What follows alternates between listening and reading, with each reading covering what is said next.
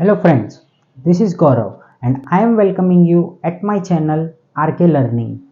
So friends, अभी इस video में हम definition and meaning of accountancy और मेथड ऑफ अकाउंटिंग सिस्टम देखने वाले हैं।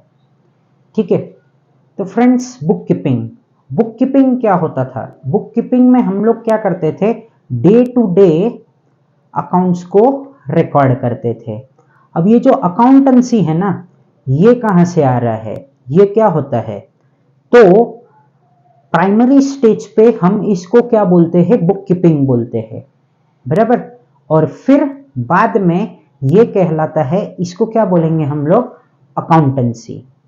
ठीक है, तो ये सब जो बुक कीपिंग का जो भी कोई काम हो जाता है, उसके बाद में जो भी कोई हम लोग समराइजिंग करते हैं या फिर जो भी कोई हम लोग इंटरप्रिटेशन करेंगे, बराबर, फाइनेंशियल हमारे जो भी कोई ट्रांजैक्शंस है उसको हम लोग क्या बोलेंगे? Accountancy. So friends please focus on board. यहाँ पे क्या दिया हुआ है? Book keeping is an art of accounting. Book keeping ही एक आर्ट है जहां से क्या होता है? अकाउंटिंग आता है। ठीक है, it is a primary stage of accounting. Book keeping जो चीज है ना, ये क्या है? प्राइमरी स्टेज है। किस चीज की? अकाउंटिंग की। ठीक है, फिर it is the process of recording transaction in the books of accounts. ये जो बुक कीपिंग जो था वो क्या करवाता था? वो एक प्रक्रिया थी। क्या होता था उसमें? वहां पे हम लोग ये जो लेन देन है हमारा, जो भी कोई ट्रांजैक्शन है, बराबर, एक्सपेंसेस या फिर इनकम, इसको रिकॉर्ड करना सिखाता था। और किधर हम लोग करते थे? हमारे बुक्स ऑफ अकाउंट्स में। Accounting is a part of accountancy. अब ये जो अकाउंटिंग है ना, ये किसका पार्ट है? तो अकाउंटेंसी का पार्ट है। ठीक है, फिर accountancy is the practice of recording, classifying and reporting of business transaction for business. ठीक है, तो अब ये जो अकाउंटेंसी है ना, ये एक प्रैक्टिस है जहां पे हम लोग क्या करते हैं? हमारे जो भी कोई ट्रांजैक्शंस है उसको रिकॉर्ड करते हैं, उसको क्लासिफाई करते हैं कि कौन सा एक्सपेंसेस का है, कौन सा इनकम्स का है, बराबर। ये सब चीज हम लोग करते हैं। फिर उसके बाद में रिपोर्टिंग भी करना पड़ता है हम लोगों को। हमारे ये जो भी कोई बिजनेस ट्रांजैक्शन होते हैं, किधर के? हमारे बिजनेस के। इसको हम लोग क्या बोलते हैं? अकाउंटेंसी।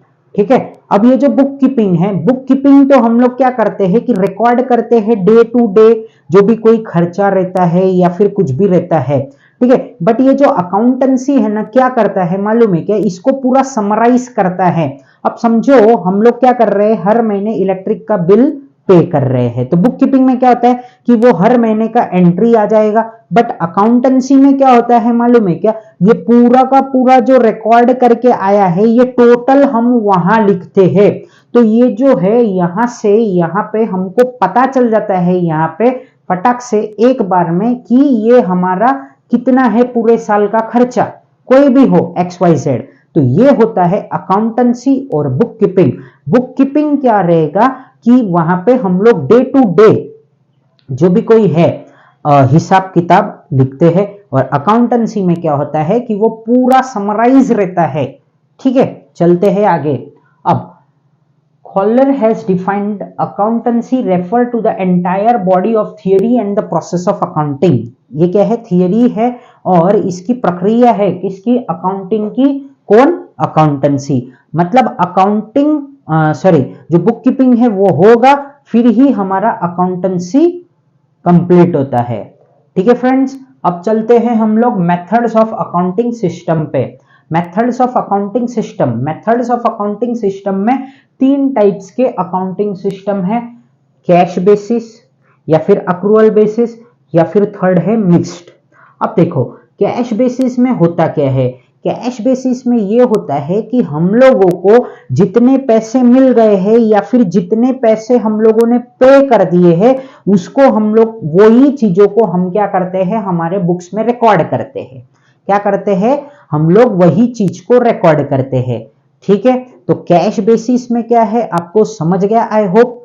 ठीक है, तो कैश बेसिस में मैंने कितना कमाया, और मैंने कितना खर्चा किया वो हम लोगों ने मतलब कमाया, मतलब मेरे पास में उतना कैश आ गया तो मैंने कमा लिया, ये हम मानेंगे कैश बेसिस में। और खर्चे में मैंने जितना खर्चा कर दिया मतलब जितना कैश मैंने दे दिया वो हम क्या मानेंगे, हमारा मतलब खर्चा हो चुका है पूरे साल का। ठीक है, तो इसको जरा देखते हैं। तो अकाउंटिंग किस तरीके से होएगा, तो एक्चुअल कैश रिसिप्ट और एक्चुअल कैश पेमेंट, जो भी कोई हम लोगों को एक्चुअली में कैश मिला है या फिर हम लोगों ने एक्चुअल पेमेंट किया है उसको ही हम रिकॉर्ड करते हैं।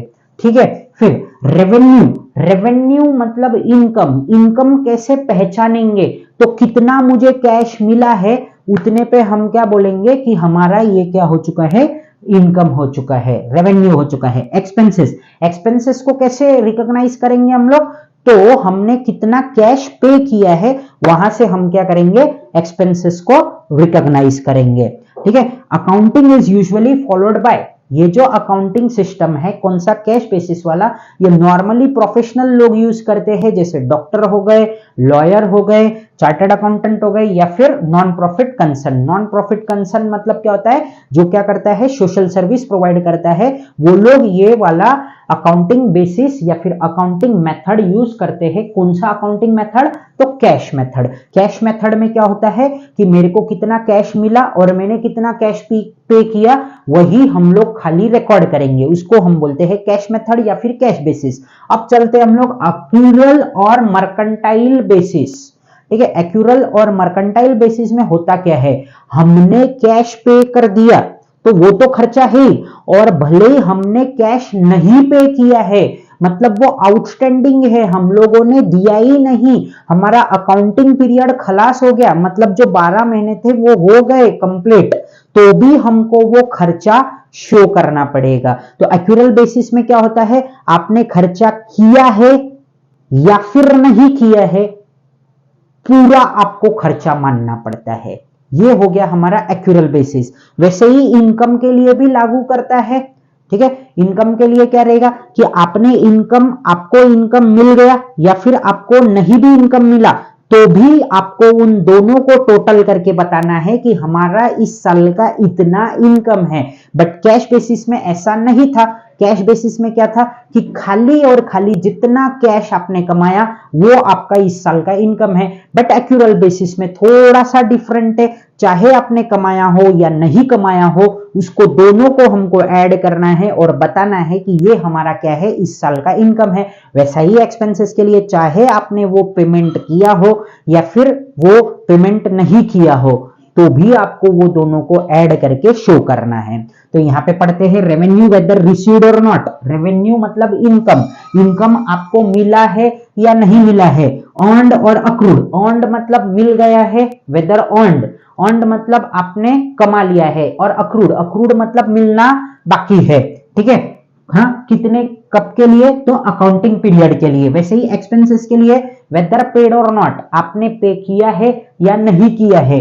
वेदर पेड और आउटस्टैंडिंग मतलब पे कर दिया है या फिर नहीं किया है फॉर द अकाउंटिंग पीरियड। ये होता है हमारा अक्यूरल या फिर मर्केंटाइल बेसिस। अक्यूरल और मर्केंटाइल बेसिस एकदम सिंपल था, आपने किया हो या नहीं किया हो दोनों को आपको टोटल करके शो कर देना है। और मिक्स्ड और हाइब्रिड बेसिस, मिक्स्ड और हाइब्रिड बेसिस में हमारा अकाउंटिंग होता है कैश बेसिस में भी और एक्यूरल बेसिस में भी। ठीक है, अब यहां पे रेवेन्यू और असेट को हम लोग कैसे रिकॉर्ड करते हैं, तो कैश बेसिस में, और एक्सपेंसेस को हम लोग कैसे रिकॉर्ड करेंगे, तो एक्यूरल बेसिस में। देखो ध्यान से सुनो, रेवेन्यू और असेट्स को हम लोग काय में रिकॉर्ड करेंगे, कैश में, कैश बेसिस में। मतलब इनकम जितना कमाया मतलब जितना कैश आ गया उतना ही शो करेंगे। हाँ, और असेट्स मतलब क्या होता है कि जो भी कोई तुमने समझो कंप्यूटर खरीदा या फिर कोई ऑफिस खरीदा या फिर कुछ भी खरीदा, मतलब असेट्स मतलब मशीनरी हो गए, ये सब चीज, तो ये सब चीज जो तुमने कैश में किया है वही शो करते हैं। और हमारा एक्सपेंसेस का क्या होएगा, expenses accrual basis. Accrual basis मतलब क्या होता है कि पे किया है या नहीं पे किया है, पूरा दोनों को मर्ज करो, दोनों को ऐड करो और दिखा दो। But normally law of India क्या करती है, ये जो मेथड है मिक्स्ड और हाइब्रिड बेसिस को प्रोहिबिट करती है हमारे इंडिया में।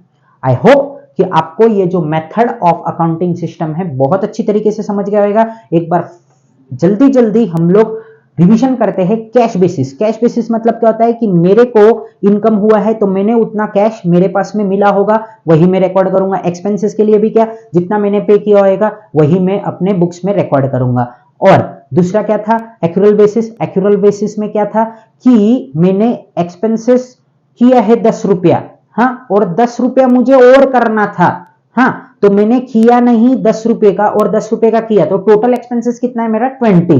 इनकम में भी वैसे ही 10 रुपया इनकम मेरे को मिल गया है और 10 रुपया मेरे को मिलना बाकी है, तो टोटल इनकम हम कितना पकड़ेंगे 20। ठीक है, तो दोनों को हमने क्या किया, ऐड किया। और लास्ट क्या था हमारा, मिक्स्ड और हाइब्रिड बेसिस। तो ये दोनों से चलता है, कैश बेसिस भी और एक्यूरल बेसिस भी। आई होप कि आपको ये जो हमने आज पढ़ा है बहुत अच्छी तरीके से समझ गया होगा। So friends, thank you for watching my video, and friends please do subscribe my channel and press the bell icon so that you will get the notification of my new videos. Thank you. Jai Hind.